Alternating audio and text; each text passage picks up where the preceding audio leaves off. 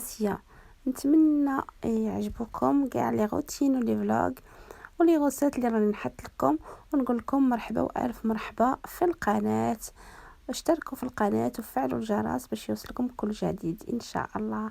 اليوم غادي نصاوبوا واحد لا غوسيت اللي كتجي فريمون بنينه وسهله في التحضير.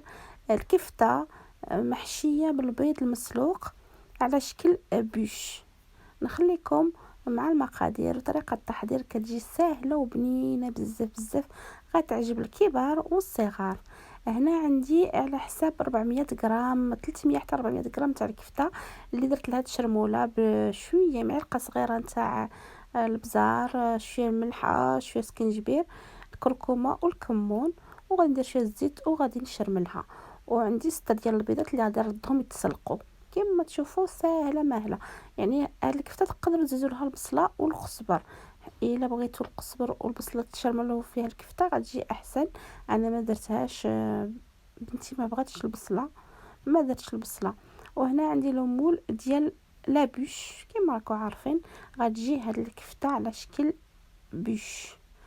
فريمون غادي تعجبكم بزاف بزاف، جربوها وما غاديش تندموا عليها. فريمون كتجي سهله وبنينه بزاف بزاف وصحيه للدراري، يعني فيها البيض مخلط البيض واللحم. فريمون اللي عندها الاولاد يعني صحيه. Donc bonjour à tous et à toutes, j'espère que vous allez toutes bien. Aujourd'hui je vous propose une recette très très simple et très très bonne. Donc une recette de viande hachée farcie à l'œuf dur façon bûche. Donc on va faire à l'aide de notre viande hachée et des œufs durs une bûche salée. Donc ça va pas être une bûche glacée mais plus une bûche salée.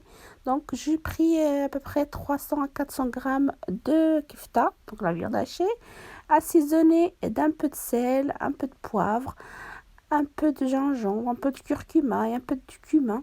Donc je marine tout ça avec je rajouterai une bonne cuillère d'huile et je vais mariner tout ça et je vais mettre mes 6 œufs à cuire.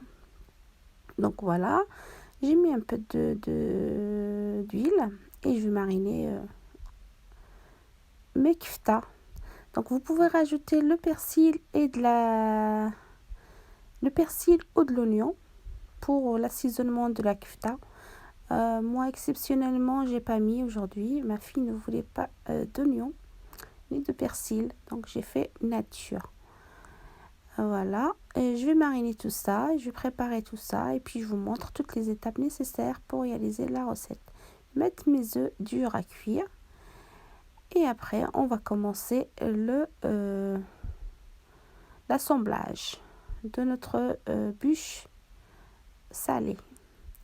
Vous allez vraiment aimer la recette, elle est vraiment vraiment très très bonne, délicieuse, mes enfants ont adoré. Donc je voulais partager cette recette qui est très très facile. Et puis pour changer de temps en temps, c'est toujours bien pour les enfants de leur changer de temps en temps, ça leur fait plaisir et puis ils mangent bien. Voilà, je marine ma kefta et puis j'ai mis mes œufs durs à cuire et on va commencer Inch'Allah.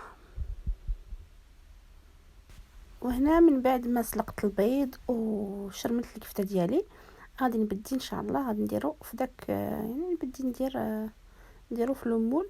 هاد الاكله كتجي على شكل بوش، فريمون كتجي زوينه في المنظر وبنينه حتى في المذاق، بنينه بزاف وسهله الواحد كيبغي يبدل هكا خطره خطره. اللي عنده الولاد غادي يفهم بلا يبغيو دائما كيبغيو الجديد. وهاد الطريقه زوينه وسهله ما فيهاش تعب بزاف وكتعطي لنا واحد المنظر جميل لهاد الاكله، يعني اكله سهله وفي نفس الوقت بنينه. فوالا كيما راكم تشوفوا درت الكفته مشيتها مزيان ودرت البيض في الوسط، ودرك راني نجمع كيما راكم تشوفوا معايا، راني نجمع حتى ديك الكفته خصها تغطي كامل داك البيض. وان شاء الله غادي من بعد ندخلها الفرن طيب لمدة واحد 10 دقائق. غادي ندير لها البابي كويسون والبابي d'aluminium ونخليها طيب ان شاء الله. Donc là comme vous voyez j'ai pris un moule pour les bûches, donc ça va être sous forme de bûche. Viande hachée farcie aux œufs durs façon bûche. Comme vous voyez, donc il faut mettre la viande hachée en premier, bien creuser au milieu, ensuite mettre les œufs durs et puis bien fermer, et ensuite couvrir à l'aide d'un papier cuisson et ensuite l'aluminium et enfourner une dizaine de minutes. وهذه هي الأكلة ديالي تاع اليوم. حيدتها بالمول، خليتها تبرد يلا شويه وغادي نبدا نقطعها. الا عندكم الوقت قطعوها، خليوها تبرد مزيان، غادي تسهل عليكم في التقطاع. وإلا ما عندكمش الوقت كما انا قطعتها ديريكت، يعني كتكون شويه صعيبه ولكن ما عندي ما ندير. يعني لو كان عندي الوقت اكثر غادي نخليها تسهل عليا في التقطاع.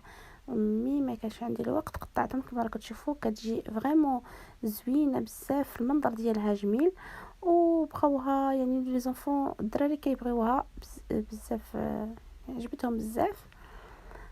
نتمنى حتى نتوما تجربوها لوليداتكم وتعجبهم وتعجبكم حتى نتوما. طريقه سهله فريمون والمنظر ديالها جميل. هاد الكفته اللي كتكون هكا محشيه بالبيض كتجي على شكل بوش كما ان بوش فريمون، ولكن هي يعني سهله على لا بوش فريمون. نتمنى تعجبكم وتجربوها لوليداتكم.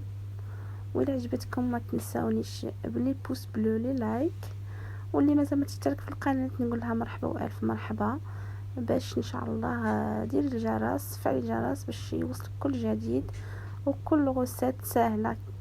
يعني كندير معكم لي غوسات سهلات ونتمنى. وإلا عجبكم ديروا لي لايك وبارطاجيو مع عائلتكم واصدقائكم، ونقول لكم على prochaine vidéo باذن الله. Donc voilà la recette du jour. J'espère que ma recette vous plaira. Et puis comme vous avez vu, c'est une recette très facile. La recette de viande hachée farcie aux œufs durs façon bûche. J'espère que la recette vous plaira et que vous allez la tester pour vos enfants et vous-même.